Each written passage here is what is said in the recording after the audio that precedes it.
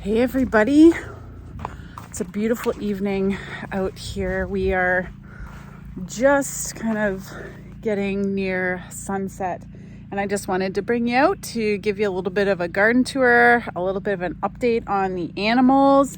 You can see right here the pumpies are getting hardened off, and if you can hear it in the background, Brian is down rototilling. We have a little bit of a power struggle around rototilling. I used to rototill quite actively, actually, and since in the last couple of years we've gone not no-till for sure, but less impact. So I use the broad fork for the most part, and a lot of organic matter, and that relieves the need for a lot of rototilling, which is great. A lot of our apple trees and pear trees bloomed this year, so are being actively pollinated, which you saw in the last video, which is awesome. So hopefully we'll have some fruit set.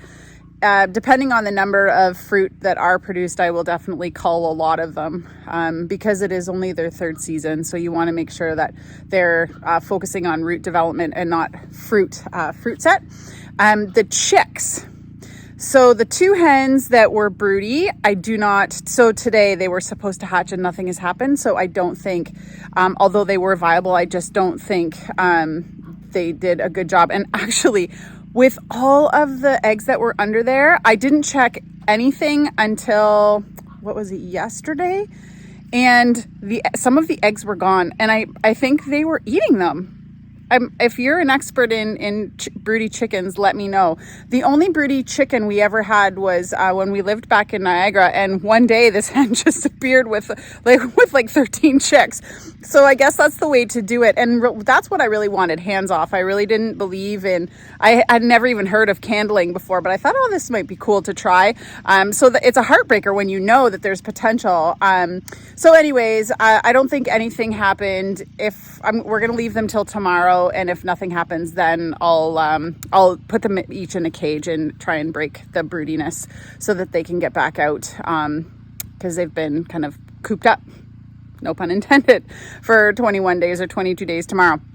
But I also have two other hens let me show you, on a nest. And so I said in my one video, I didn't really think through, or maybe in one of the comments, I didn't think through what would happen if I allowed these hens to sit on their nest in the chick wagon. Because what happens when those little chicks have to go down the plank? Brian and I call it walking the plank every morning. So I was really worried that we were going to have to try and figure something out. So that alleviates that stress for sure. I got a funky hen. What's the matter with you? I have a hen over here that looks funky. Hey, honey, what are you doing? You all right? Hey, you okay? You are not okay? Oh, she's got a prolapsed.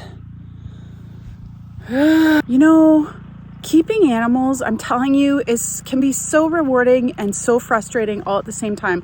So as I was coming out here just to make this quick video, I see this hen all by herself over in the corner.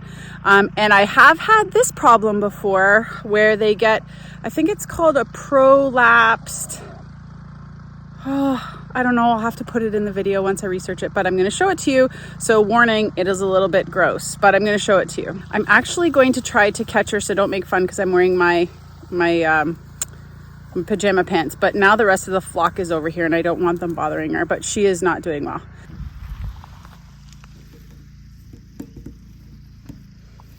I don't know if you can see that. Oh, poor girl. Okay. Quick Google search tells me that I can fix this. And if I remember correctly, we might have tried to fix my other hen that had it, but I think she prolapsed again. And we ended up calling her. I'm going to try and fix it. And so I'll make a separate video about that a little later today and see how that goes. But yeah, so let me just show you what I did for these other two broody hens. They are definitely in my opinion, doing better than the other two. One of them, of course, is Fancy Pants, who Hugh is really sad to see go. But what I did was I just took one of our rabbit tractors and kind of outfit it for the broody hens because I knew it was going to be warm. The back section was already protected with metal, so I just retrofitted the inside. I'll just give you a little peek here. There the girls are, and I gave them little ramps, and so they move along with everybody else when we move. They just roll along on the grass. So we'll see how that goes. I'm not really sure, this whole broody hen thing, especially with the first two not being successful as of today. Kind of, oh, look who's here. Yeah, he knows who's in there. He does not like his girlfriend, Hugh. He does not like his girlfriend being in this cage without him. It's actually hilarious. He guards it. Anyways, so, Huey, and he's been attacking me. He doesn't realize the history that we have from the wintertime. Anyways, yeah, so we'll see, it's trial and error. I like to be as hands-off as I possibly can with all of this stuff. I mean, I don't really love the idea of even fixing a chicken's vent tonight, but I will. I can tell you that it hasn't been like that for very long because I was out here checking them all out the other day for poopy butts. So it's only been, maybe a day, because I was out here on Monday, which was the long weekend. So yeah.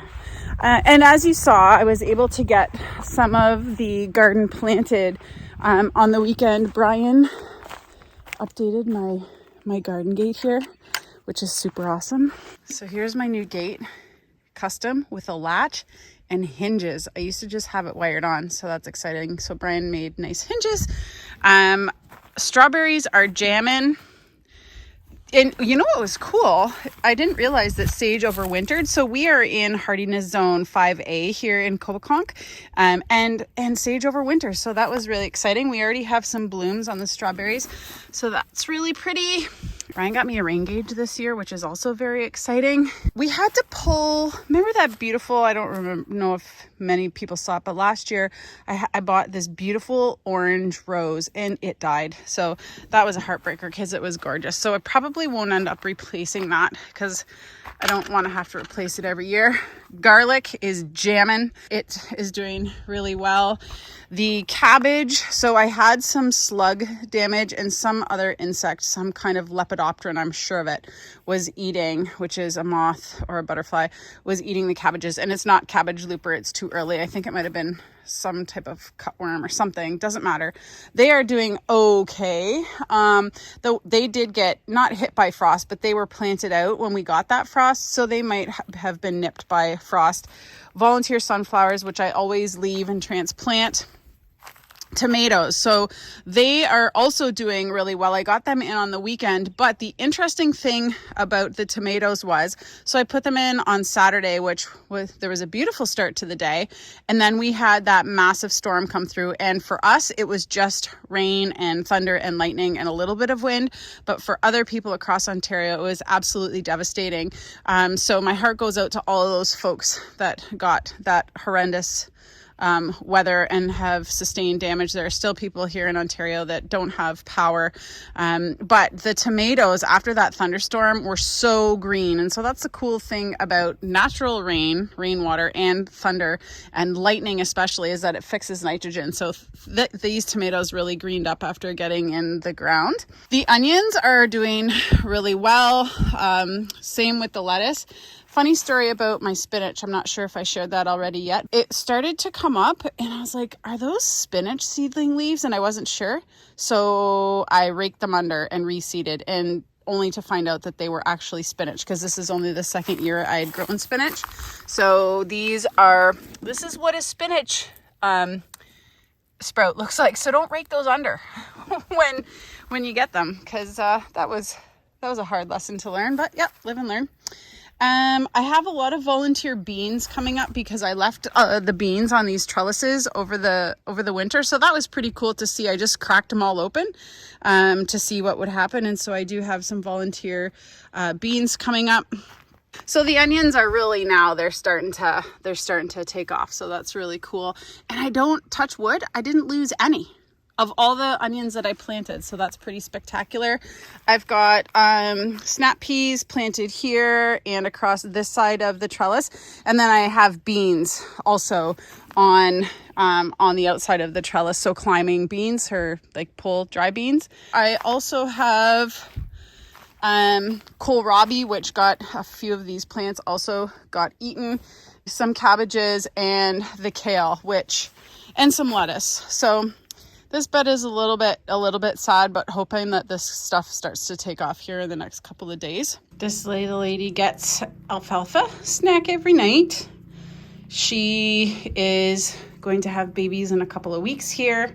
Well, hopefully she's pregnant. It looked like something happened out there. And Licorice, who's still out in one of the rabbit tractors, is also pregnant. So we'll keep you posted in that department as well.